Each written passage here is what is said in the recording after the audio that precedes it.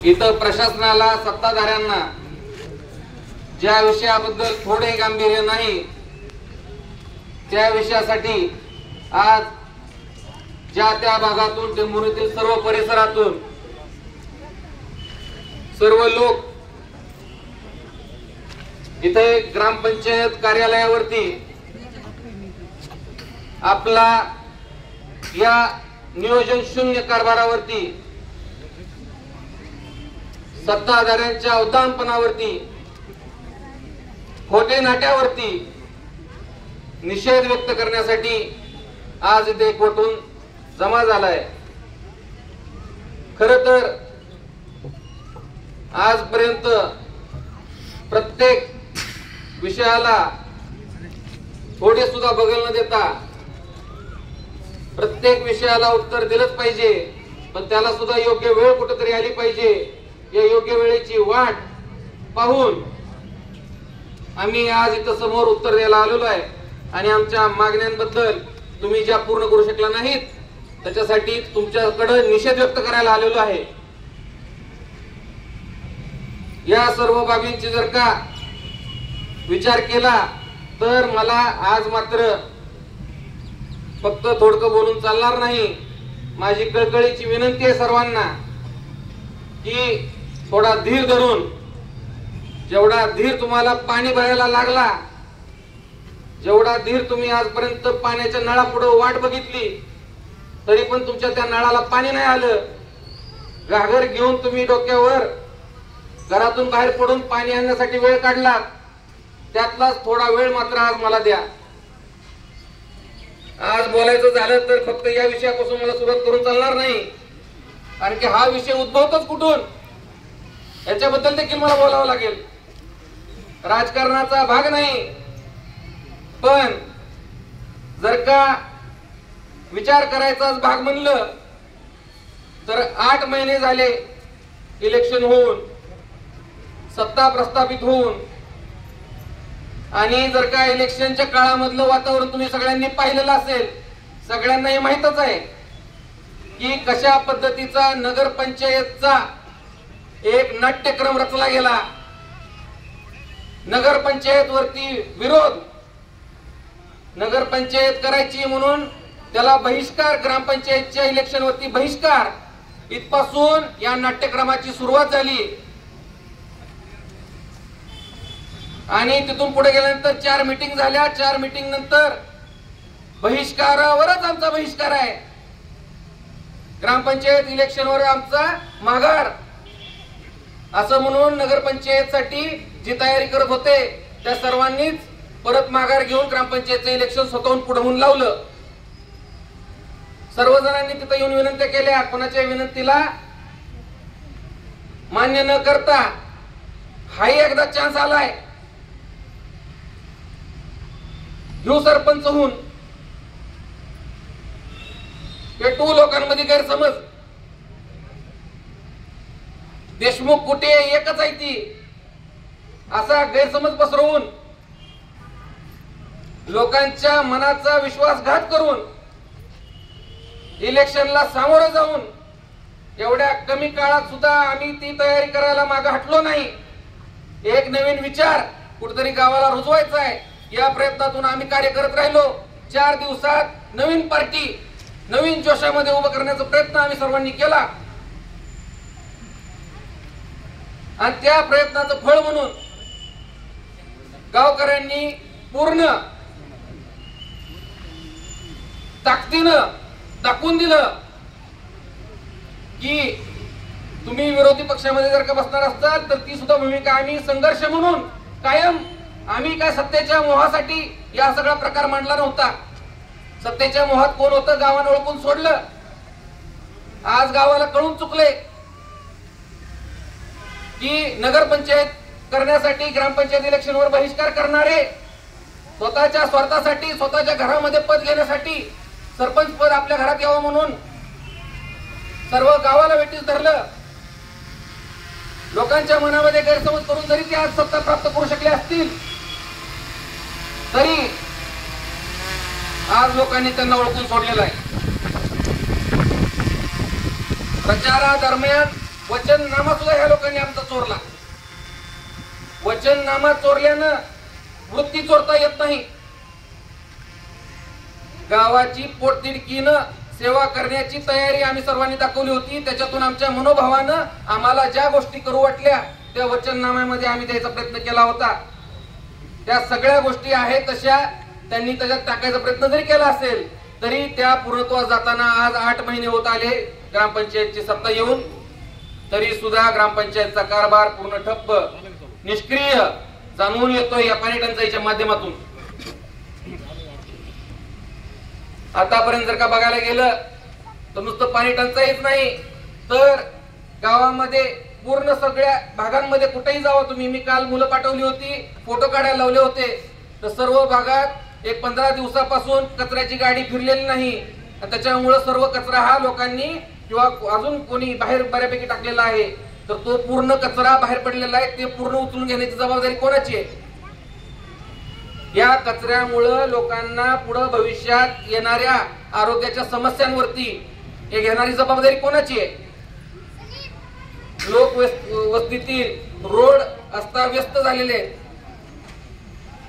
शाळेतील मुलांना त्या रोडवरून शाळेत जाण्यासाठी, गावातील महिलेला गावामध्ये बाजारपेठेत येण्यासाठी जो रस्ता जिथून येतोय तिथं आज कुठं ना कुठेतरी घाणीचं साम्राज्य असल्यामुळे तिला बाहेर पडता येत नाही, मुलांना शाळेत जायला अडचण आहे.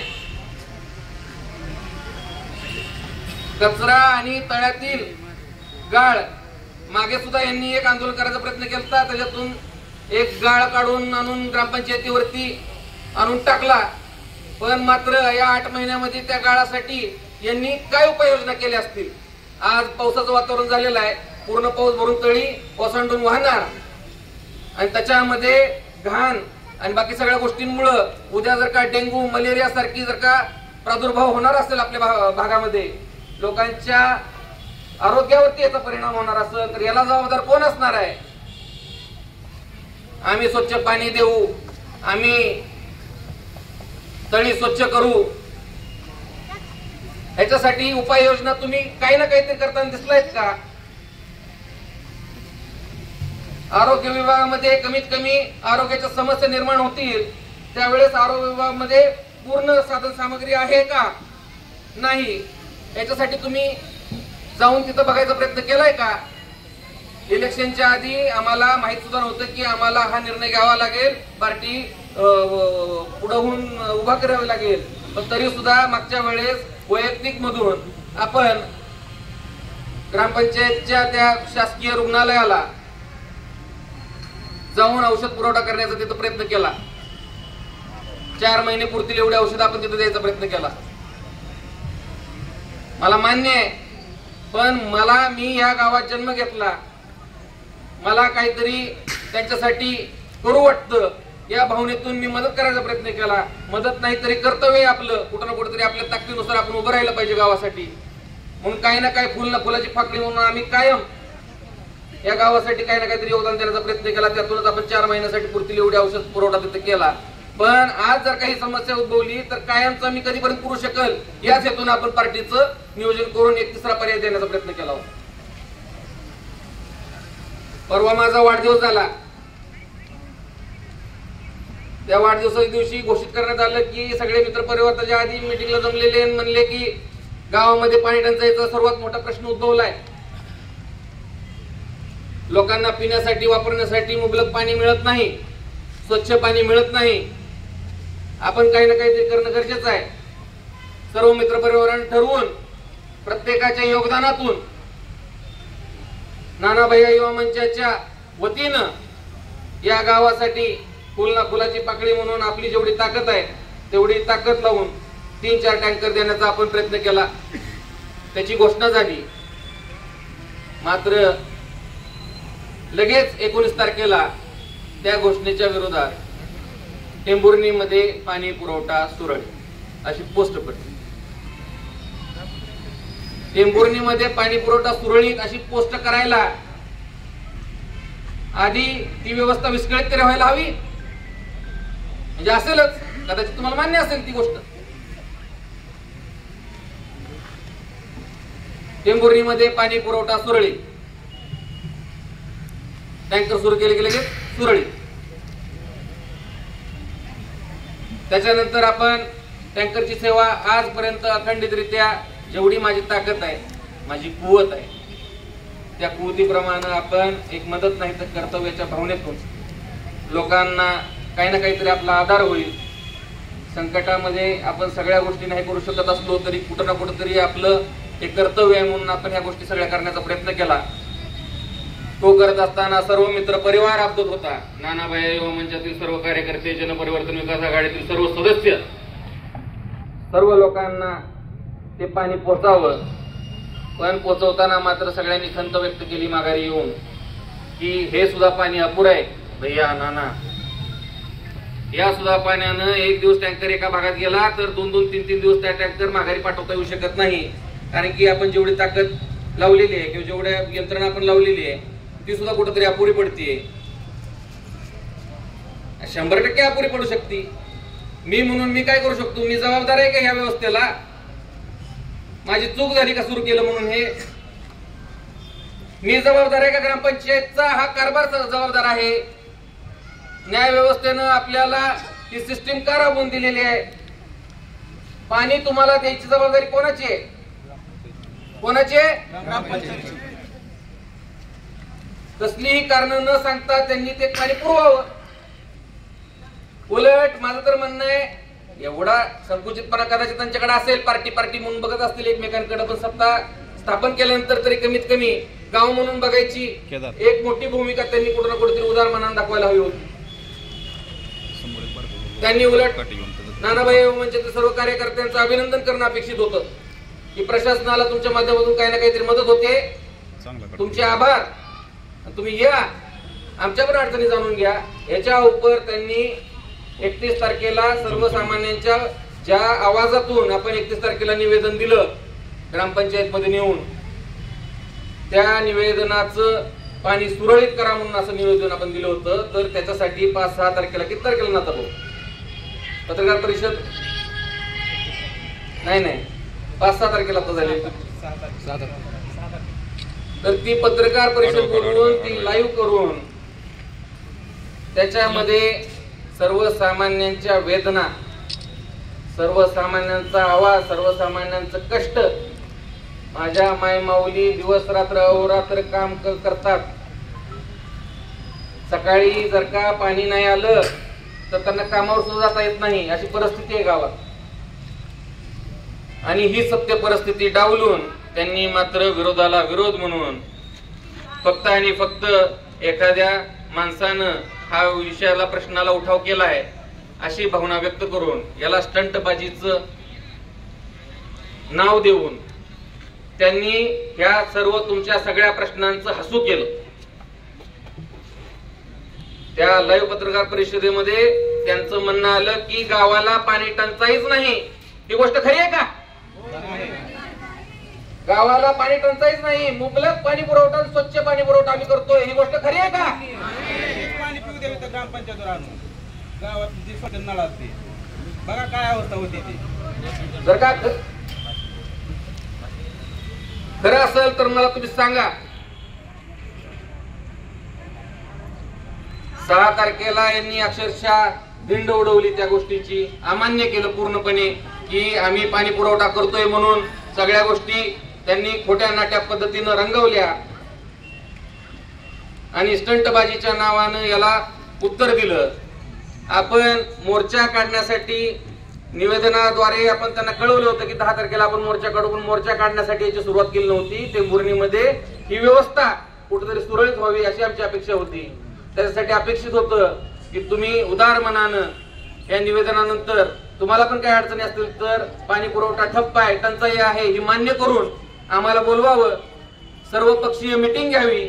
त्याच्यामधून सर्व गावातील प्रौढ ज्येष्ठ मंडळी जी आतापर्यंत गावासाठी आपण सगळ्यांनी संकट आल्यानंतर उपाययोजना केल्या असतील त्या उपाययोजनांवरती चर्चा करून काही ना काहीतरी उपाय काढावा, नाहीतर प्रशासनाकडे आपण माग करावी. याच्या उलट त्यांनी मान्यच केलं नाही की पाणी टंचाई आहे म्हणून.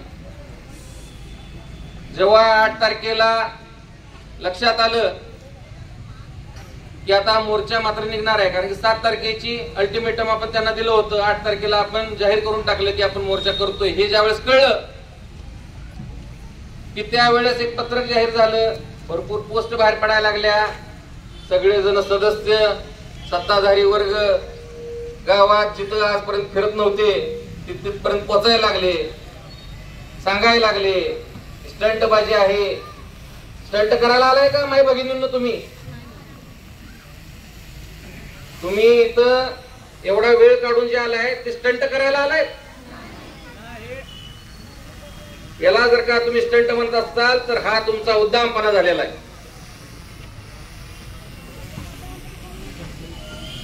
7 तारखेच्या त्या विषयानंतर त्यांनी पत्रक काढलं.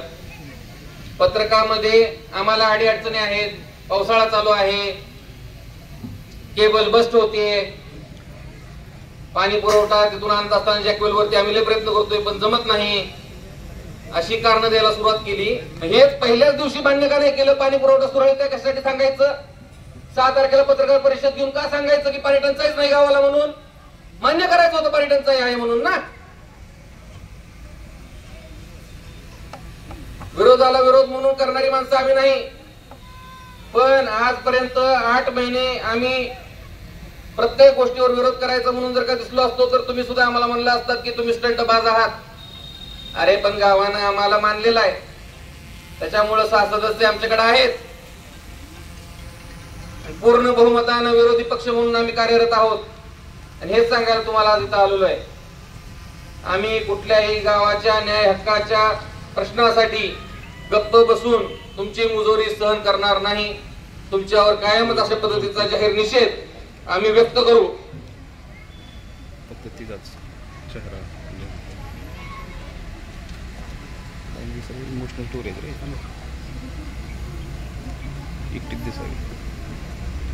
याच्या पुढे जाऊन सांगायचं झालं तर अजून एक गोष्ट मला सांगावी वाटते या माध्यमातून की अभिव्यक्ती स्वातंत्र्यावर पण गदा यायला लागली का काय अशी मात्र खंत माझ्या मनामध्ये या 8 महिन्यापासून आमच्या सर्व मित्र परिवारामध्ये वाटायला सुरू झाली. तुम्ही काय हा खेळ काय सत्तेसाठी केलेला होता ही गोष्ट तर सगळ्यांना जाणवूनच आली असेल कदाचित, पण आम्हाला तर पूर्ण तीव्रतेने ती जाणून यायला लागली आहे. कारण सर्वसामान्य माणूस ज्या वेळेस सत्ता स्थापित होते, पार्ट्या वगैरे ह्या सगळ्या गोष्टी एका ठिकाणी असतात, सत्ता प्रस्थापित झाल्यानंतर प्रशासक असतात आणि सर्वसामान्यांचे प्रश्न असतात. सर्वसामान्य ज्यावेळेस याचना घेऊन विवंचना करत ज्यावेळेस तुमच्याकडं त्यांचे कष्ट मांडत त्यांचं काम घेऊन येत असतो तर त्यावेळेस मात्र त्यांना उत्तर मिळताना मी ऐकलेले की तुम्ही कुठल्या पार्टीचं, मागं तुम्ही कोणाचं काम केलंय, तुझं काम मी मागं ठेवतो, दुसऱ्याचं काम पुढे करतो.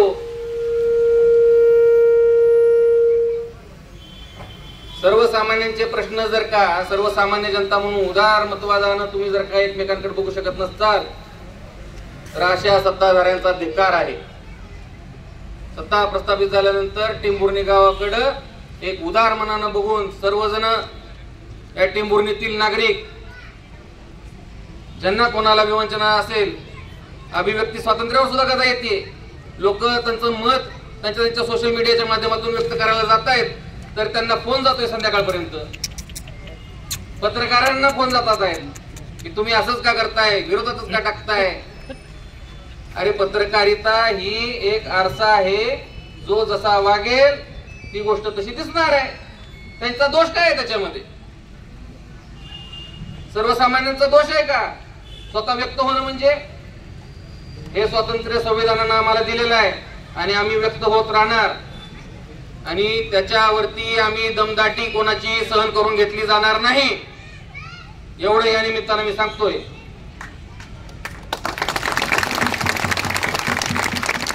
पाठीमागे तर उभंच राहणार आहे, पण डहाल म्हणून सगळ्यात पहिल्यांदा जर का कोण उभं राहणार तर रावसाहेब नाना आणि मी त्याच्यासमोर तिथंच बाजूला उभं राहणार.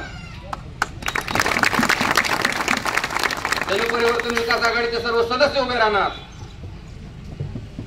कोणाला हे दमदाटी करता कामा नये. सर्वसामान्यांनी तुम्हाला निवडून दिले तर सत्तेचा उद्दामपणा मुजोर कोणी सुद्धा करू नये. लोकांना अडगळीत गाठून त्यांच्यावरती दबाव आणण्याचा प्रयत्न कोणी सुद्धा करू नये. इथून पुढे तो खपवून घेतला जाणार नाही.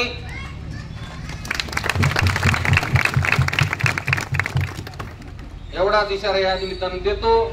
आणि अजून एका गोष्टीवर मला बोलू वाटतंय की तुम्ही परवा त्या पत्रकार परिषदेत नादा भाऊ तुमच्या समोर त्यांनी 3 कोटी, किती कोटी, 3 कोटी खर्च केले असं 6 पानांचं का 5 पानांचं काहीतरी पत्रक बाहेर काढले. प्रसिद्धीसाठी काम करणारे आम्ही आहे का तुम्ही आहो? सरकारनं दिलेला पैसा हा आमच्या खिशातला आहे आणि तो आमच्या खिशातला पैसा खर्च करून तुम्ही तो तुमच्या पॅम्पलेटद्वारे दाखवताय की तुम्ही कशा पद्धतीने करताय. नेमकी प्रसिद्धी कोणाला पाहिजे? आम्ही आमच्या खिशातला पैसा टाकून लोकांना काहीतरी मदत करायचा प्रयत्न करतोय, त्याला तुम्ही स्टंटबाजी म्हणता. आणि सरकारच्या पैशातून तुम्ही काम करता म्हणजे काही लोकांना उपकार करता. आज या ग्रामपंचायत का सगळ्यांनी वर तोंड करून बघा, एकदा बघा, सगळ्यांनी बघा एकदा. दिसते का तुम्हाला रंगरंगोटी केलेली सगळी? दिसते का? आतमध्ये परवा एक टेम्पो भरून पुढच्या टेबल सुद्धा गेले. नवीन सुशोभीकरणचं काम चालू आहे, माहितीये का तुम्हाला ही गोष्ट? छान सुंदर बसायला व्यवस्था करायचं चालू आहे, ही गोष्ट माहिती का तुम्हाला? लोकांची व्यवस्था करता येत नाही, स्वतःची व्यवस्था करून घ्यायची आहे. 3 कोटी खर्च करायचा आहे. लोकांना जर का त्या 3 कोटी मधून 5-10 लाख रुपये टाकून पूर्ण नियोजन करून तुम्ही धरणावरून पाणी आणण्याचं नियोजन करू शकत नव्हता का? तुमच्यातले सदस्य म्हणतात धरणात नाही, आडात कशाला, आडात नाही, पोऱ्यात कुठून देऊ. अरे धरणात नाही पाणी, 33 टीएमसी पाणी आहे धरणात. काल किती? 33 टीएमसी म्हणजे काय पाणी कमी वाटतं का तुम्हाला? खोटारडेपणा आहे तुमचा. पाणी द्या नाहीतर खुर्च्या खाली करा. पाणी द्या, खुर्च्या खाली करा.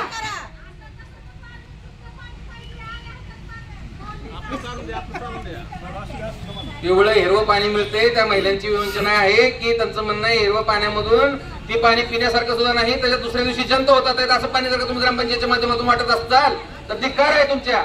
आणि निषेध आम्ही सर्वजण नोंदवायला आलेलो आहे. या ग्रामपंचायतच्या भोंगळ आणि नियोजन शून्य कारभारावरती आम्ही जनपरिवर्तन विकास आघाडीच्या माध्यमातून आज दिनांक 10 रोजी निषेध व्यक्त करतो. धन्यवाद.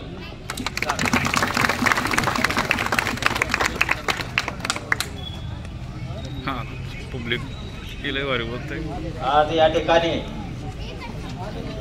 ज्या ज्या महापुरुषांनी आणि त्याग मातांनी या भारतभूमीवर समता, स्वातंत्र्यता आणि बंधुता हे प्रस्थापित करण्यासाठी आपल्या आयुष्याचे बलिदान, त्याग, समर्पण दिले, त्या सर्वांना प्रथम मी त्रिवार अभिवादन करतो.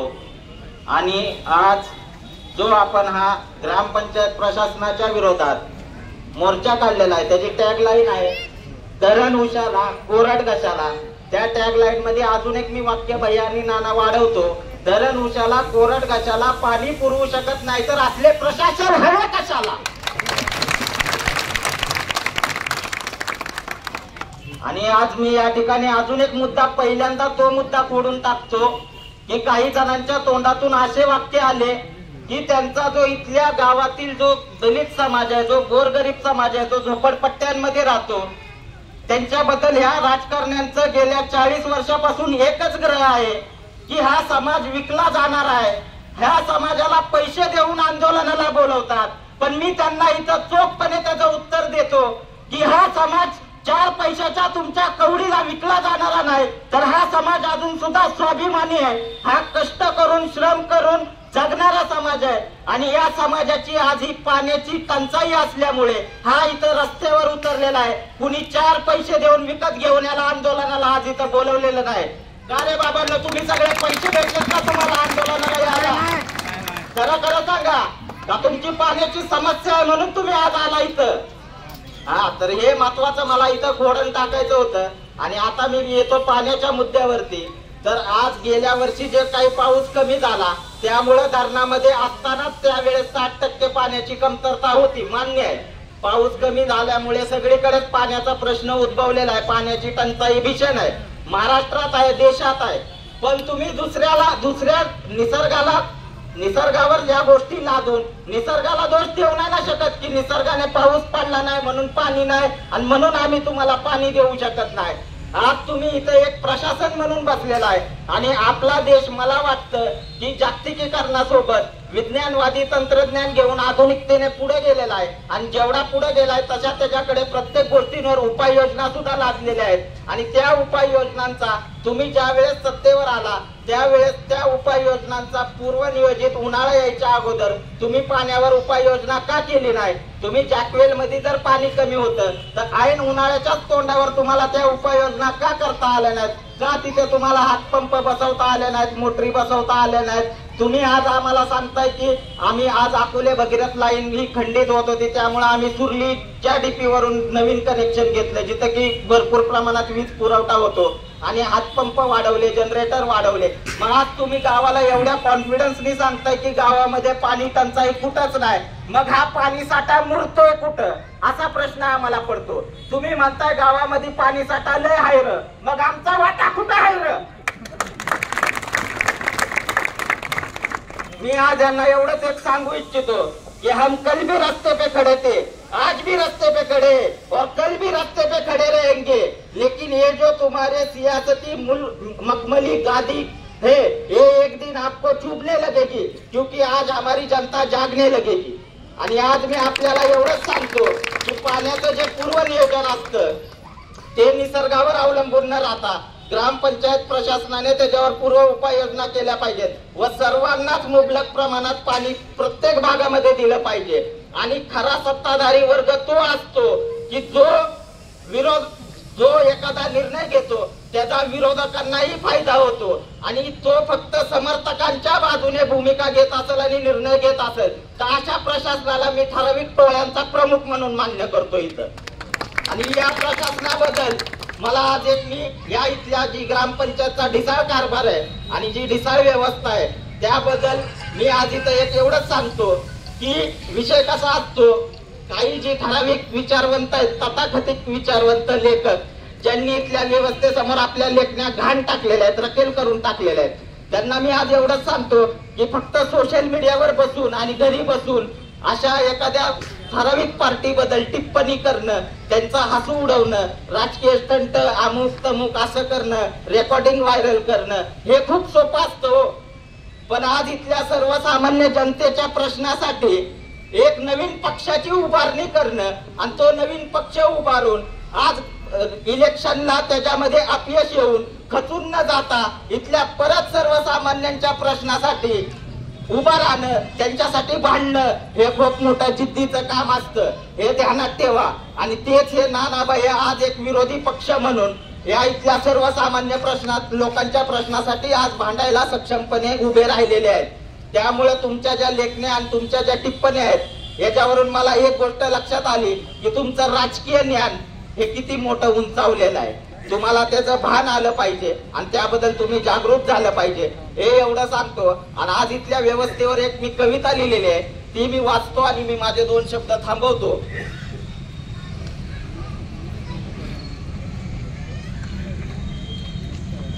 ओसंडून वाहत जाताना इथल्या अमुक्तमुक विचारधारेचा बरगतचा मलिदा वाटण्यात येतो तेव्हा जात धर्म आणि टिळ्याच्या रांगेत बसलेल्या प्रत्येकाच्या हातात वासापुरता पडतो एक एक तुकडा. वेशीच्या आत असलेल्या आणि वेशीच्या बाहेर असलेल्या प्रत्येकाला त्याच्या कागदानुसार पुरवला जातो शिदा. पण या साऱ्यातून लांब टेकडीवर बसून माणसाचं गाणं वाजवणाऱ्या त्या हातात काय पडतं तर इथल्या लोकसंख्येच्या आकडेवारीच्या आलेखात आखला गेलेला एक नावापुरता रेखांश वगैरे.